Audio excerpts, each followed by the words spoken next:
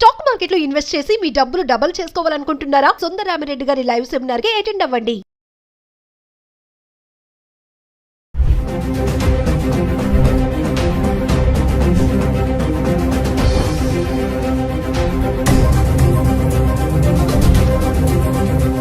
Hello viewers, welcome back to Suman TV. ప్రస్తుతం మనతో పాటు ఉన్నారు the great grandson freedom fighter Kanneganti Hanumantharao గారు, పిహెచ్డి ఇన్ అమెరికన్ స్టడీస్. అమెరికాలో ఉన్నటువంటి 18 యూనివర్సిటీస్లో ఎక్స్పర్టీస్, అంతేకాకుండా centre for human security studies founder and executive director Kanneganti Ramesh Babu గారు ఉన్నారు. సార్తో మాట్లాడదాం. నమస్తే సార్. సార్, విజిటింగ్ వీసా పైన వెళ్ళే పేరెంట్స్కి ఒకసారి తీసుకోవాల్సిన జాగ్రత్తలు అంటే, ఇంటర్వ్యూలో వాళ్ళని ఎలాంటి క్వశ్చన్స్ అడుగుతారు?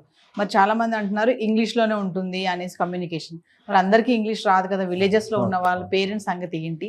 ఒక్కసారి దాని గురించి మాట్లాడుకుంటాం. అమెరికాలో ఒక మోర్ దాన్ 5.5 మిలియన్స్ అంటే ఒక 55 లక్షల మంది భారతీయులు ఉన్నారు.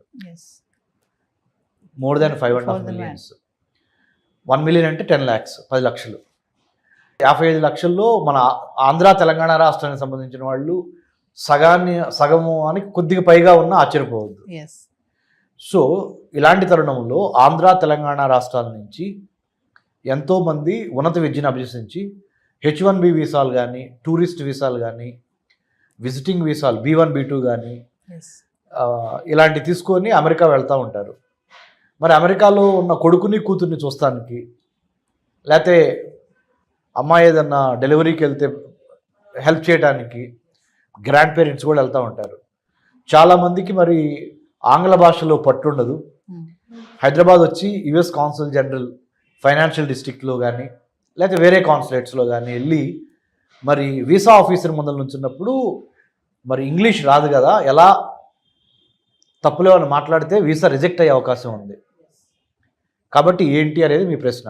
చాలా మీనింగ్ఫుల్, చాలా అర్థవంతమైన ప్రశ్న అండి. దానికి ఏం చేశారంటే, సౌలభ్యం కోసం మీరు ముందరగానే ఒక ట్రాన్స్లేటర్ని యుఎస్ వీసా ఆఫీసర్స్తో ముందరగానే కమ్యూనికేట్ చేసి, ఓకే, బై ఈమెయిల్ అయితే ఈమెయిల్, బై అప్లికేషన్లోనే do you need any translator అనేది ఉంటే yes we need a translator అనేది స్పష్టంగా రాయగలిగితే, మాకు ఆంగ్ల భాషను తెలుగులో చెప్పడం, తెలుగు భాషను ఆంగ్లంలో చెప్పడానికి, తర్జుమా చేయడానికి మాకు ఒకళ్ళు కావాలి అని అడిగితే యుఎస్ కాన్సులేటే ప్రొవైడ్ చేస్తుంది. నెంబర్ 1. లేదా చాలా వీసాలకు సంబంధించి చాలా క్యూస్ ఉంటాయి, లైన్స్ యుఎస్ కాన్సులేట్లో. ఎవరైతే ట్రాన్స్లేటర్స్ అవైలబుల్ ఉన్నారో మనం మొదలుగానే రిక్వెస్ట్ చేస్తే ఆ క్యూలోకి పంపించే అవకాశం ఉంది. రెండోది. మూడోది, మనం కూడా మన పేరెంట్స్కి మాట్లాడేది 4 మాటలైనా ఖచ్చితంగా మాట్లాడటానికి ముందలుగానే మనము ప్రిపేర్ చేయాలి. మానసికంగా మన తల్లిదండ్రులను కానీ మన బంధువుల్ని కానీ ఎవరైతే అమెరికా వద్దాం అనుకుంటున్నారో మనకు హెల్ప్ చేయడానికి వాళ్ళని ముందలుగానే మానసికంగా సంసిద్ధం చేయాలి. ఎలా అంటే, ఎక్కడికి వెళ్తున్నావు? నేను పలానా మా అమ్మాయి దగ్గరికి లేకపోతే మా అబ్బాయి దగ్గరికి వెళ్తున్నాను. ఎన్నాళ్ళు ఉంటారు?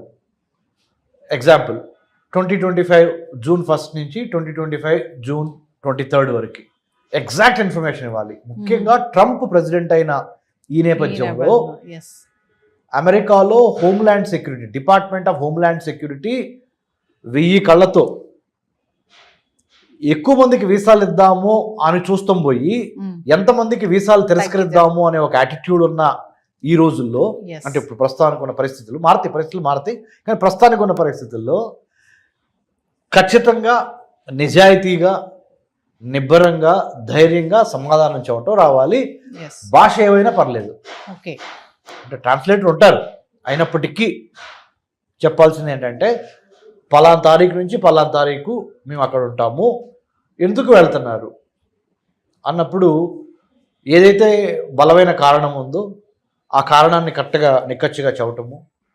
ఇదివరకిట్లాగా ఒక వీసా తీసుకొని ఇంకో పని మీద వెళ్ళి మనసులో ఒకటి పెట్టుకొని బయట వీసా ఆఫీసర్కి ఒకటి చెప్పి ఎలాగోలా సముద్రాలు దాటేసి అమెరికాలో అడుగు పెడదాం అనే ఆ ట్రెండ్ ఏదైతే ఉందో ఆ వరవడికి ఇప్పుడు ఒక ఫుల్ స్టాప్ పడింది. ఏదైనా మన మంచి కోసమే. తద్వారా ఏమవుద్దంటే, ఇప్పుడు ఏమవుతుందంటే నవీన్ గారు, 10 మందికి నిజంగా జెన్యున్ రీజన్స్ ఉన్నా ఒకళ్ళు తప్పు చేయటం వలన మిగతా 9 మందికి ఆ అవకాశాలు దెబ్బతినిపోతాయి. Yes, correct. దయచేసి మనం కూడా బాధ్యతతో మెలగాలి, ఉన్నది ఉన్నట్టుగా చెప్పాలి.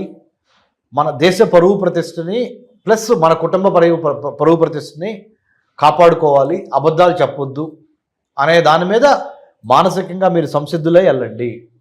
తద్వారా దేశానికి పేరు తెచ్చిన వాళ్ళు అవుతారు, మన రాష్ట్రానికి, మీ ఊరికి, మీ కుటుంబానికి పేరు తెచ్చిన వాళ్ళు అవుతారు. అంటే ఇప్పుడు ఉన్నటువంటి పరిస్థితిలో వీసాస్ అన్ని కూడా కొంచెం స్ట్రిక్ట్ అయిపోయాయని అనుకో. చాలా స్ట్రిక్ట్ అయింది, చాలా స్ట్రిక్ట్ అయింది, కొద్దిగా కదండి, చాలా స్ట్రిక్ట్ అయినాయి. ప్రేక్షకులకి నేను చెప్పేది ఏంటంటే, ఎవరైతే చూస్తున్నారో ఈ ప్రోగ్రాము, ట్రంప్ ప్రవేశపెట్టిన స్ట్రిక్ట్ పాలసీస్ ఏవైతే ఉన్నాయో ఇప్పుడు, ఏది ఇమిగ్రేషన్ కానీ, హైర్ ఎడ్యుకేషన్ కానీ, H1B వీసాలు, లేకపోతే జాబ్స్ గురించి కానీ, ఇవి అమెరికా మిత్రపక్షాలతో పాటు ఆర్థికంగా ఎదుగుతున్న మిగతా చాలా countries, UK, Australia, Japan, South Korea, Canada, France, Germany, ఇలా ఇటలీ, ఈ చాలా దేశాలు ఈ విధానాన్ని ప్రవేశపెట్టబోతున్నాయి.